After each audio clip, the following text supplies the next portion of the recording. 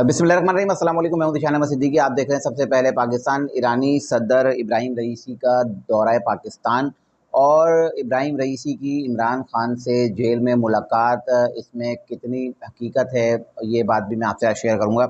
लेकिन इससे पहले मैं कुछ ख़बरें आपसे शेयर करूँगा कि 3 रोज़ा दौरे पर जो है ईरानी सदर इब्राहिम रईसी जो है पाकिस्तान तशरीफ़ लाए हैं।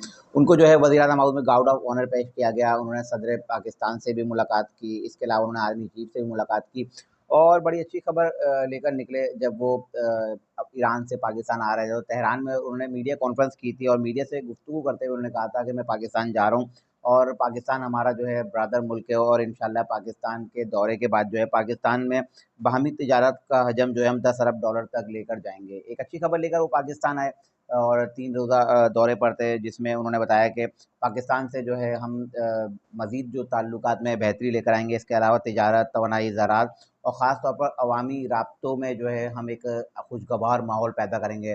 तो अब दोनों तरफ के जो है वज़ीर-ए-आज़म की जो है मुलाकात भी हुई और ईरानी सदर और पाकिस्तान के वज़ीर-ए-आज़म और पाकिस्तानी सदर की बात कर रहा हूँ। तो इनकी मुलाकात हुई और दो तरफ़ा अच्छे ताल्लुकात पर जो है इनकी गुफ्तगू रही। एक अच्छा जो है एक दौरा रहा, 3 रोज़ा दौरे पर आए हैं। इसके अलावा कुछ लोगों की जानिब से इनके दौरे को जो है तनकीद का निशाना भी बनाया जा रहा है कि जो है इनका पाकिस्तान का दौरा और पाकिस्तान में कुछ सिक्योरिटी खदशात की बिना पर जो है आपको पता है कुछ सड़कें बंद की गई हैं, कराची में आम तातील की गई है, लाहौर में आम तातील की गई है। तो यकीनन ये सब क्योंकि हमारे जो इदारे हैं सिक्योरिटी फोर्सेस के इदारे हैं वो बेहतर समझते हैं कि आम तातील की वजूहात क्यों पेश आईं और कुछ क्या पता ऐसे मामलात हो जिसकी वजह से जो है आम तातील का ऐलान किया गया। क्योंकि अगर ये सड़कें ब्लॉक की जाती और आवाम को दुश्वारी का सामना होता तो उसके बाद भी आवाम को जो है सुकून नहीं मिलता और आवाम उसके बाद भी जो है इदारों को गालियाँ, मुग़लिज़ात और क्या-क्या कहते हैं आपको पता है। तो उन्होंने आवाम को परेशानी से बचाने के लिए काम तातील का ऐलान कर दिया क्योंकि आपको पता है कि कराची का जो मुआशी हब है और मेन रोड जो है वो शायर फैसल कहलाता है और इसके अलावा अगर मुआशी और तिजारती हब सदर और दीगर जो इतराफ़ के इलाके हैं, उन इलाकों में सबसे ज़्यादा तिजारती सरगर्मियाँ होती हैं। तो आम तातील का ऐलान सिर्फ़ हुकूमत की जानिब से इसलिए किया गया कि अगर जो लोग अगर उधर उन इलाकों में कारोबार करने जाते हैं तो ज़ाहिर-सी बात है शायर फैसल पे सड़कें बंद होंगी और ईरानी जो कॉन्सुलेट है वहाँ जाएँगे ईरानी सदर।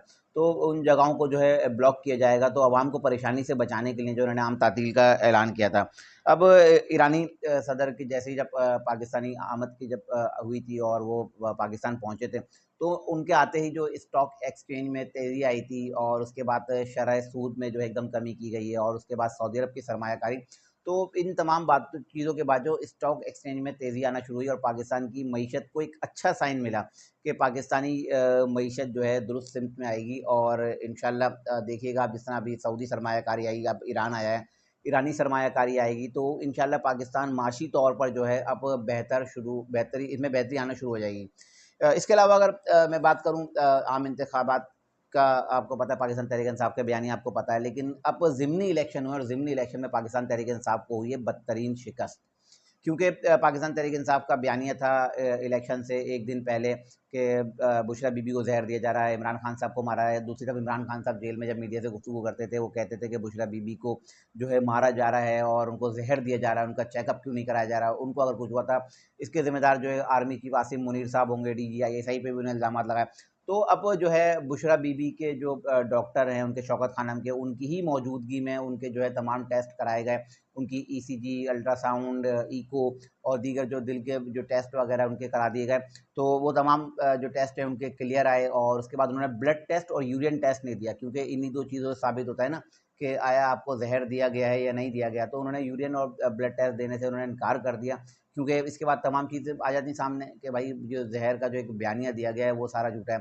तो बहरहाल उनके टेस्ट हो गए और वो उनकी तमाम रिपोर्ट्स जो है क्लियर आई हैं। सिर्फ़ गैस्ट्रो का प्रॉब्लम है, वो अमूमन आपको पता है पाकिस्तान में हर दूसरे बंदे को होता है, बल्कि मैं ये कहूँ कि हर बंदे को ही तकरीबन इस गैस्ट्रो का मसला रहता है, तो ये गलत ना होगा। तो अब जो ज़िमनी इलेक्शन हुए हैं उसमें आप अंदाज़ा लगा सकते हैं कि इमरान खान साहब की मकबूलियत कहाँ चली गई। अगर हम आम इंतखाबात 8 फरवरी 2024 की बात करें तो वहाँ वोटर्स का टर्नआउट 41.6% रहा था, जबकि इन ज़िमनी इलेक्शन में 19% जो है वोटर्स का टर्नआउट रहा है। यानी कि पाकिस्तान तहरीक-ए-इंसाफ और इमरान खान जो है अपने वोटर्स को निकालने में बुरी तरह नाकाम हो गए हैं और पाकिस्तान तहरीक-ए-इंसाफ का वोटर अब बाहर नहीं निकला और जो कहते थे ना इमरान खान साहब की मकबूलियत, तो इमरान खान साहब की मकबूलियत अब बिल्कुल ढह गई है, क्योंकि मैंने बताया ना आम इंतखाबात में जो है 41.6% टर्नआउट, और अब ज़िमनी इलेक्शन में 19% टर्नआउट, ये आपके सामने है। इसके अलावा लाहौर के एक हल्के की मैं मिसाल भी देता हूँ कि आईपीपी के जो एक उम्मीदवार थे, वहाँ के पीपी का हल्का है लाहौर का, पंजाब असेंबली का, तो वहाँ से शुएब सिद्दीकी हैं, आईपीपी के उम्मीदवार हैं, उन्होंने तकरीबन जो है वहाँ से 47,000 वोट लिए, जबकि उनके मद्दे मुकाबिल हाफिज़ ज़ीशान थे, उन्होंने वहाँ से 21,000 वोट लिए। अगर आम इंतखाबात की बात करें तो 2024 में वहाँ से आईपीपी के जो सदर हैं, उन्होंने वहाँ से जो है इलेक्शन में हिस्सा लिया था। और अलीम खान की बात करूँ, अलीम खान ने उस वक़्त जो है तकरीबन 51,000 वोट लिए थे, और इनके मद्दे मुकाबिल जो पाकिस्तान तहरीक इंसाफ के हिमायत याफ्ता हाफिज़ ज़ीशान थे, इन्होंने 47,000 वोट लिए थे।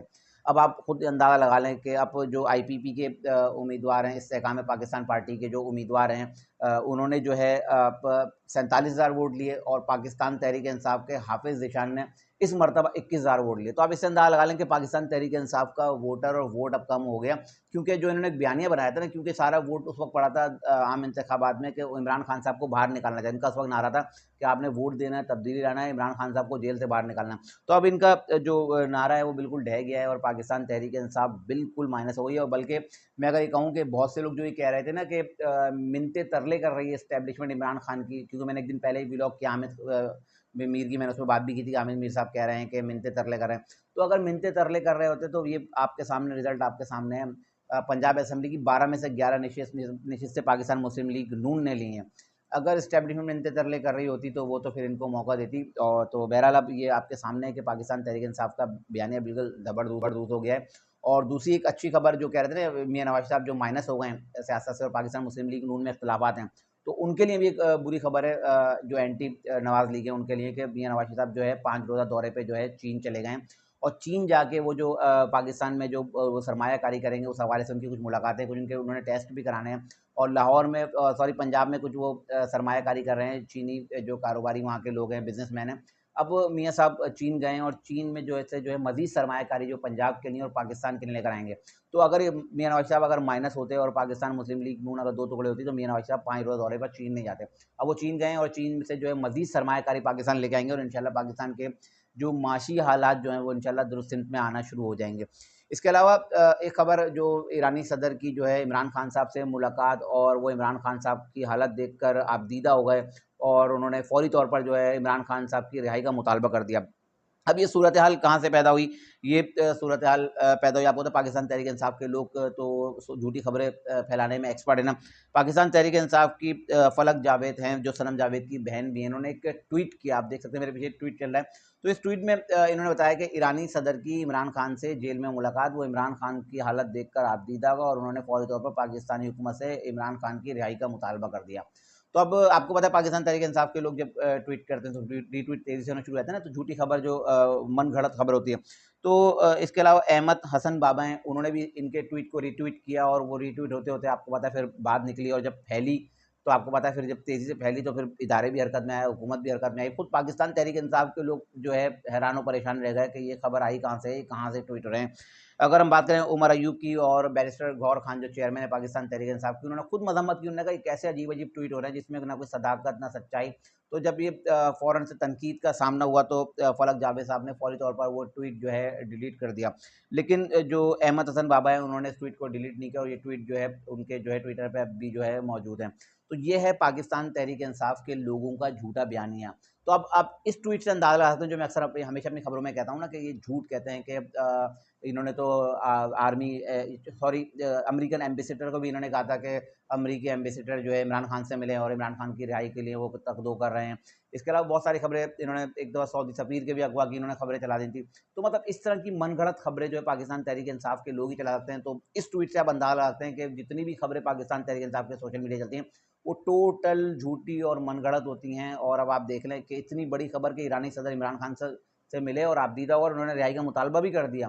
तो अब ये इनके सारे बयानिए जो है धबड़दोस हो चुके हैं, और इनका जो ये बयानिया भी कि इस्टेब्लिशमेंट इमरान खान साहब के मिन्नतें तरले कर रही है, तो वो सिर्फ इनके ऐसे ही ट्वीट होते हैं और ऐसी खबरें होती हैं जिसका मैंने अभी जिक्र किया, इससे ज़्यादा इसमें कोई सच्चाई नहीं होती। तो ये थी आज की कुछ इंतहाई अहम खबरें, जिसके बाद मैं हाजिर होता हूं इंशाल्लाह मज़ीद खबरों नए तजदीद के साथ फिर हाजिर होऊंगा। तब तक याद दीजिए, अल्लाह हाफ़िज़।